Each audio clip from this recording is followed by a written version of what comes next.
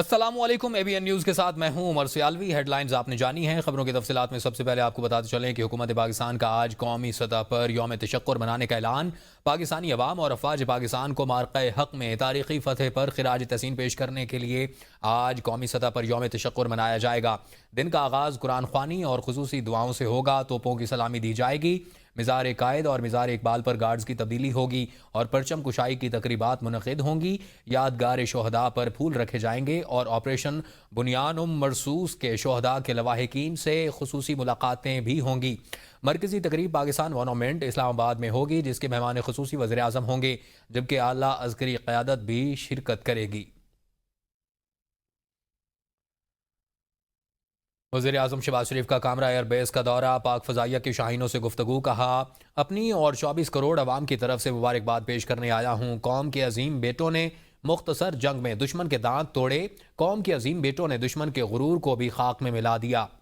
میں آپ کو اپنی طرف سے اور پاکستان کے 24 کروڑ عوام کی طرف سے فتح کے اوپر دل کی گہرائیوں سے مبارکباد پیش کرنے آیا ہوں۔ جو مہارت ہے آپ کی، اس سے آپ نے پوری دنیا کو ورطہ حیرت میں ڈال دیا۔ پاکستان کی تاریخ میں اس سے شاندار فتح پہلے ہمیں کبھی نصیب نہیں ہوئی۔ 5 جہاز نہیں، آپ نے، ان شاہینوں نے 6 جہاز دشمن کے مارے ہیں، جنہوں نے فرنٹ سے لیڈ کیا۔ اس میں سرفہرست سپہ سالار جنرل سید عاصم منیر صاحب کو مبارکباد پیش کرتا ہوں۔ پاک بھارت کشیدگی بڑھتی تو اس کے اثرات صرف اس خطے تک محدود نہ رہتے۔ وزیر خارجہ اسحاق ڈار کی قطری میڈیا ہاؤس الجزیرہ کو انٹرویو، کہا دنیا کی آبادی کا 5واں حصہ اس خطے میں رہتا ہے اور اس لیے جنگ کی بات پاگل پن ہے۔ سیز فائر کے لیے کوئی دباؤ نہیں تھا۔ امریکہ، سعودی عرب سمیت سب پر واضح کر دیا تھا کہ اگر بھارت نے مزید کوئی کارروائی کی تو ہم بھی جواب دیں گے۔ Further, he is still committed to restore peace, work for this region has almost 1/5 of the world population. I think it will totally insane and irresponsible on anyone's part who wishes to go into a war. But one qualifier was also conveyed. Please make sure that India does any further action. Because if they do not stop and take any further action, we have the right to respond again. But we had shown enough patience between 6th and 9th May nights, no more. D G I S P R lieutenant general Ahmed Sharif Chaudhry کا بھارت کو دو ٹوک پیغام، کہا دشمن نے جارحیت کی تو جوابی کارروائی بے رحم اور یقینی ہوگی۔ اگر ہماری سرزمین کی خلاف ورزی کی گئی تو دشمن کو منہ توڑ جواب دیا جائے گا۔ ایٹمی طاقتوں کی کشیدگی پورے خطے کو تباہی کی طرف دھکیل سکتی ہے۔ بھارت خطے میں آگ سے کھیل رہا ہے، امریکہ اور عالمی طاقتوں کو خبردار کر دیا گیا۔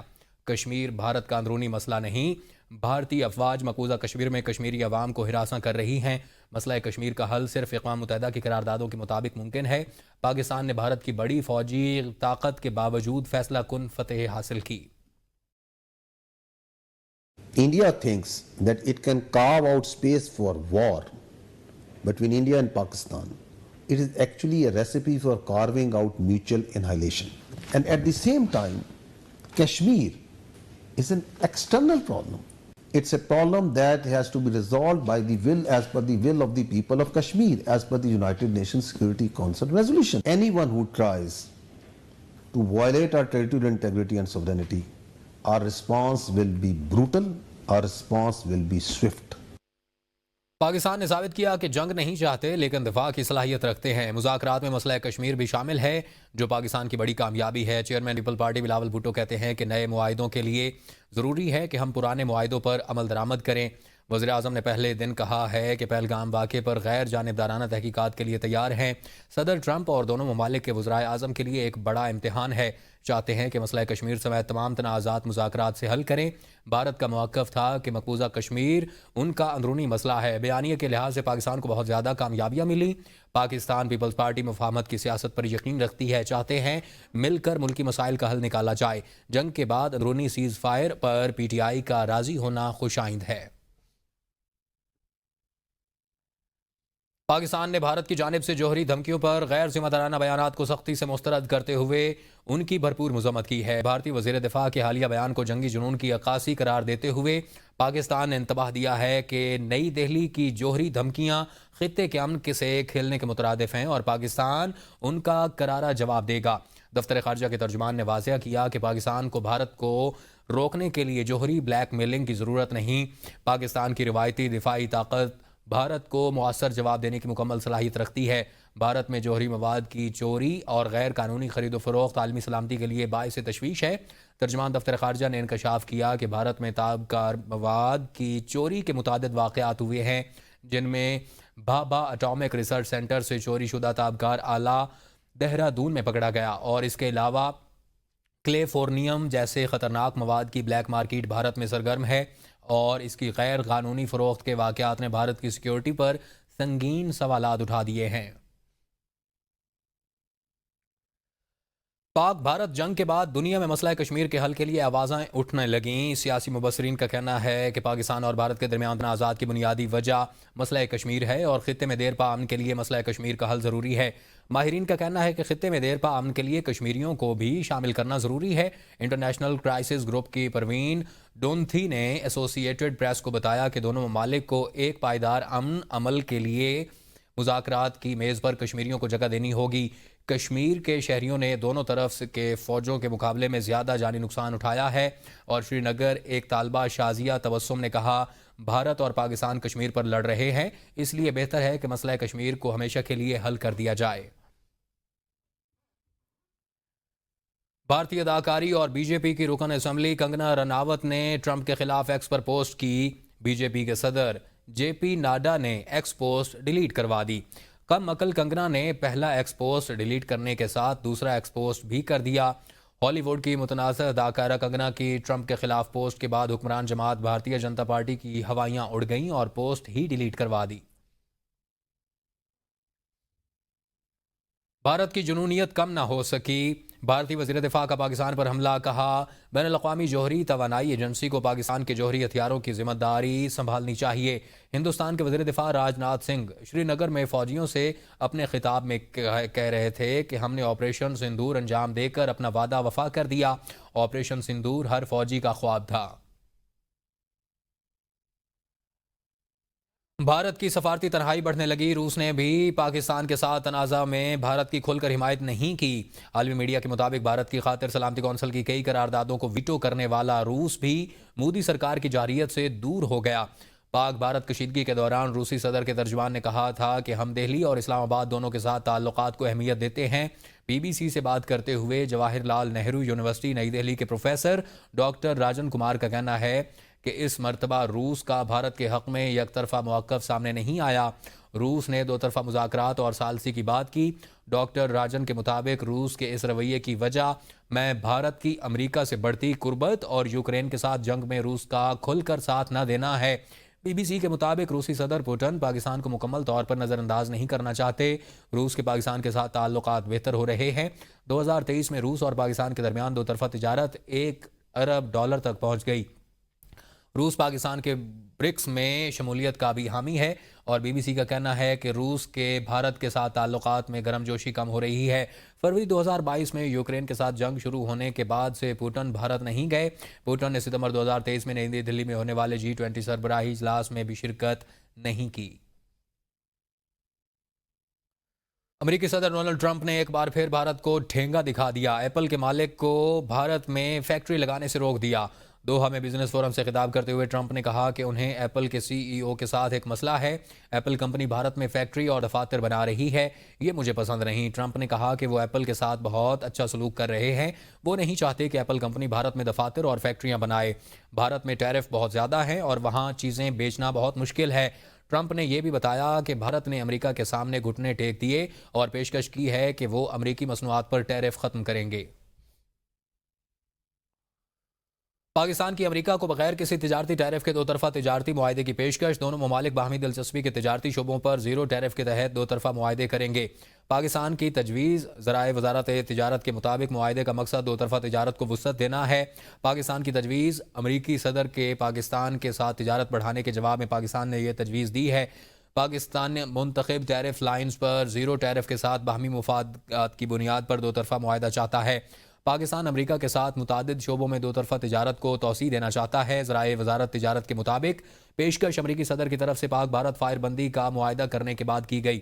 جنگ بندی کے بعد امریکی صدر نے کہا کہ وہ دونوں ملکوں کے ساتھ بہت سی تجارت کریں گے۔ امریکی صدر ڈونلڈ ٹرمپ نے گزشتہ ماہ متعدد ممالک پر بھارتی جوابی ٹیرف عائد کیا تھا۔ پاکستان کا ساتھ کیوں دیا؟ گودی میڈیا نے ترکیہ کو بھارت کا دشمن قرار دے دیا۔ بھارتی میڈیا بالی ووڈ کے مسلمان ہیروز کو بھی نفرت کا نشانہ بنانے لگا۔ عامر خان کے ترک صدر اور ان کی اہلیہ کے ساتھ تصاویر پر نفرت انگیز پروپیگنڈا، ارنب گوسوامی کی سلمان خان کے خلاف بھی زہر اگلا۔ شاہ رخ خان اور سیف علی خان بھی گودی میڈیا کے گھٹیا پروپیگنڈے کی زد میں ترکیہ میں فلموں کی شوٹنگ پر پابندی کا مطالبہ کر ڈالا۔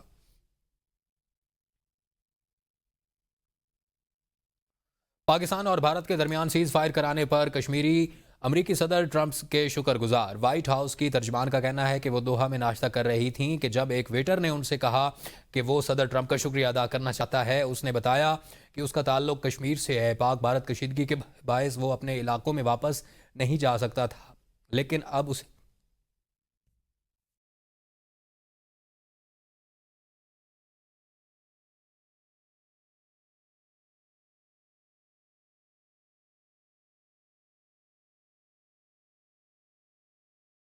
Welcome back. آپ کو بتائیں کہ صدر مملکت آصف علی زرداری کا ویڈیو پیغام کہا، میں پوری عوام کو اور فوج کو مبارکباد دیتا ہوں، ایئر فورس کو سلام پیش کرتا ہوں۔ ہماری بہادر افواج نے تاریخ کارنامہ سر انجام دیا۔ پاکستان ہمارا ملک ہے، یہ دھرتی ہماری ہے، آخری دم تک پاکستان کی حفاظت کرتے رہیں گے، پاکستان کے لیے لڑیں گے، ڈٹے رہیں گے۔ پاکستان کی عوام کو، اپنے افواج کو، ایئر فورس کو، آرمی کو، نیوی کو، سب کو مبارکباد دینا چاہتا ہوں۔ پاکستان ہم سب ساتھ ہیں تو دشمن ہمارا کچھ نہیں بگاڑ سکتا، اور اس ہمارے کو جو فتح ملی ہے یہ ہمارے بہادر فوجیوں کی ایمان پہ، ان کی طاقت پہ اور ان کے حوصلے پہ ملی ہے۔ آپ دوستوں کو یہ کہنا چاہتا ہوں کہ پاکستان ہمارا ملک ہے، یہ دھرتی ہماری ہے، اور ہم آخری دم تک اس کا دفاع کرتے رہیں گے۔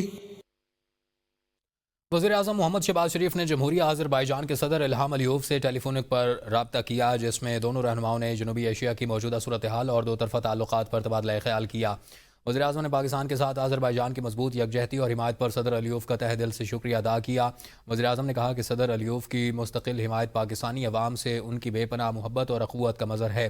گفتگو کے دوران وزیر اعظم نے بھارت کے ساتھ جنگ بندی معاہدے کے حوالے سے پاکستان کے عزم کا اعادہ کیا۔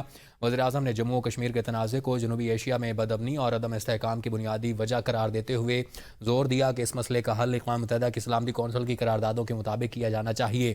وزیر اعظم نے صدر علیوف کو جلد پاکستان کے سرکاری دورے کی دعوت بھی دی، جو صدر علیوف نے قبول کر لی۔ صدر علیوف نے پاکستان کی کوششوں کو سراہتے ہوئے جنگ بندی معاہدے کا خیر مقدم کیا اور کہا کہ آذربائیجان پاکستان کے ساتھ تمام شعبوں میں اپنے برادرانہ تعلقات کو مزید مستحکم بنانے کے لیے پرعزم ہے۔ وفاقی وزیر خزانہ محمد اورنگزیب کی زیر صدارت معاشی ٹیم کے آئی ایم ایف سے مذاکرات جاری۔ ذرائع کے مطابق پاکستان اور آئی ایم ایف کے درمیان ورچوئل مذاکرات ہوئے۔ مذاکرات میں آئندہ مالی سال کے بجٹ کی تجاویز پر گفتگو کی گئی۔ ذرائع کے مطابق سیکرٹری خزانہ امداد بسال اور دیگر سینئر حکام مذاکرات میں شریک ہوئے۔ آئی ایم ایف سے بجٹ مذاکرات مئی کے تیسرے ہفتے تک جاری رہیں گے۔ آئندہ مالی سال کا بجٹ خسارہ 7,222 ارب روپے رہنے کا امکان ہے۔ جی ڈی پی کے 5.5% کے برابر بجٹ خسارے کا تخمینہ ہے۔ صوبائی سرپلس شامل کر کے بجٹ خسارہ 5,862 ارب روپے ہو جائے گا۔ وفاقی حکومت کی آمدنی کا تخمینہ 19,111 ارب روپے ہے۔ ایف پی آر کی ٹیکس آمدنی 5,270 ارب روپے رہنے کا امکان ہے۔ نان ٹیکس آمدنی کا تخمینہ 3,841 ارب روپے لگایا گیا۔ آئندہ مالی سال کے اخراجات کا تخمینہ 17,553 ارب روپے ہے۔ سب سے زیادہ اخراجات قرضوں پر سود کی ادائیگی میں ہوں گے۔ بجٹ میں دفاع، تنخواہیں، سبسڈیز، ترقیاتی منصوبے بھی شامل ہیں۔ سربراہ پاک بحریہ ایڈمیرل نوید اشرف کا سی ایم ایچ راولپنڈی کا دورہ۔ سربراہ پاک بحریہ نے آپریشن بنیانم مرسوس کی زخمی ہونے والے جوانوں اور شہریوں کی عیادت کی ہے۔ نیول چیف نے زخمیوں کی غیر متزلزل بہادری، غیر معمولی ہمت اور فرض شناسی کو خراج تحسین پیش کیا۔ زخمیوں سے بات چیت میں سربراہ پاک بحریہ نے ان کی فوری صحت یابی کے لیے نیک خواہشات کا اظہار کیا۔ نیول چیف نے اس بات پر زور دیا کہ قوم اور مسلح افواج دشمن کی کسی بھی مہم جوئی کا بھرپور جواب دینے کے لیے متحد ہیں۔ لاہور میں گورنر پنجاب سردار سلیم حیدر خان کی میزبانی میں گورنر ہاؤس میں پاک بھارت جنگ میں کامیابی اور آپریشن بنیان مرصوص کی فتح کی خوشی میں شاندار آتش بازی کا اہتمام کیا گیا۔ تقریب کے موقع پر گورنر ہاؤس عام شہریوں، فیملیز اور بچوں کے لیے کھول دیا گیا۔ گورنر پنجاب نے تقریب سے خطاب کرتے ہوئے کہا کہ جنگ پاکستان پر مسلط کی گئی تھی، لیکن ہماری مسلح افواج نے دشمن کو شکست دے کر قوم کا سر فخر سے بلند کر دیا۔ انہوں نے پاک فضائیہ کی بھارت میں گھس کر کارروائی کو سراہا اور کہا کہ پاکستانی پائلٹس نے دشمن کو چاروں شانے چت کر دیا۔ دنیا نے بھارت کے جھوٹے بیانیوں کو مسترد اور پاکستان کے مواقف کی حمایت کی۔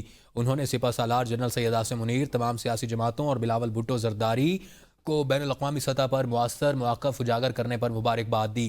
گورنر کا کہنا تھا کہ مودی نے ہاتھ جوڑ کر جنگ بندی مانگی ہے۔ بلوچستان میں دل کے مریضوں کو اب علاج کے لیے باہر جانے کی ضرورت نہیں۔ کوئٹہ میں 2 سال سے قائم شیخ محمد بن زاید ال نہیان ادارہ برائے امراض قلب میں بلوچستان کی تاریخ میں پہلی مرتبہ دل کے امراض میں سے نہایت پیچیدہ مرض بینٹنل پروسیجر کا علاج ممکن ہو گیا۔ عطا اللہ نامی مریض کی سرجری کر کے باقاعدہ آغاز کر دیا گیا ہے۔ اسی پر دیکھتے ہیں بیورو چیف مصطفیٰ بزدار کی رپورٹ۔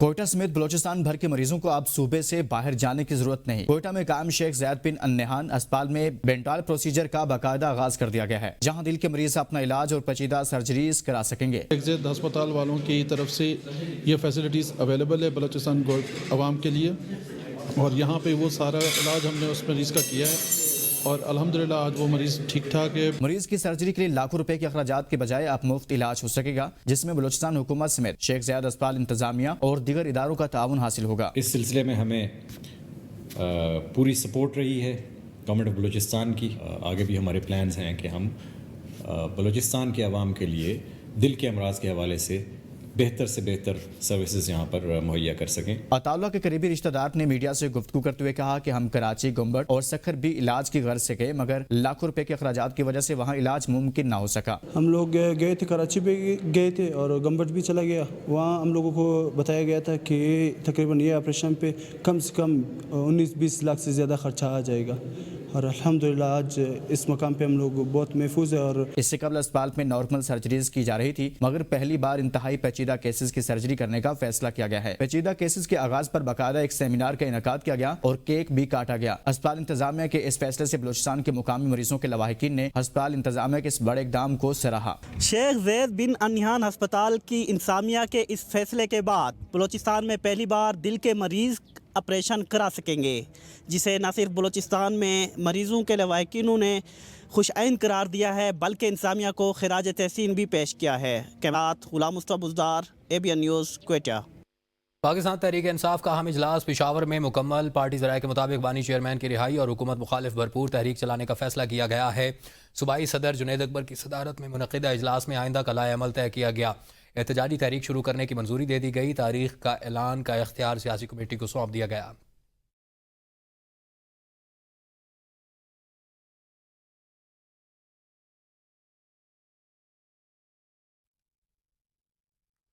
تحریک انصاف احتجاج کرے گی یا نہیں؟ صاحبزادہ حامد رضا کہتے ہیں کہ اگلے 48 سے 72 گھنٹے تک انتظار کیجیے۔ انہوں نے ABN کے پروگرام سوال سے آگے میں گفتگو کرتے ہوئے کہا، ہماری تیاری مکمل ہے، احتجاج کا لائحہ عمل جلد سامنے آ جائے گا۔ میں جو احتجاج کی اسٹریٹجی کمیٹی تھی اس کا ہیڈ تھا۔